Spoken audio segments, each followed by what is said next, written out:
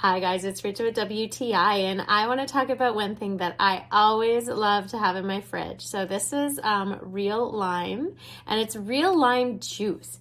So I love the fact that this cute little bottle looks like a lime. I think that's the cutest thing ever.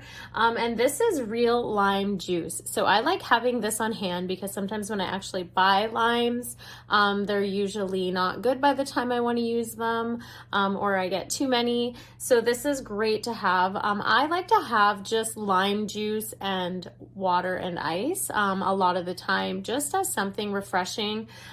This is great for cooking. This is great for using for mixing drinks. It has so many different uses. It's so easy to just put in the fridge. It's nice and tiny.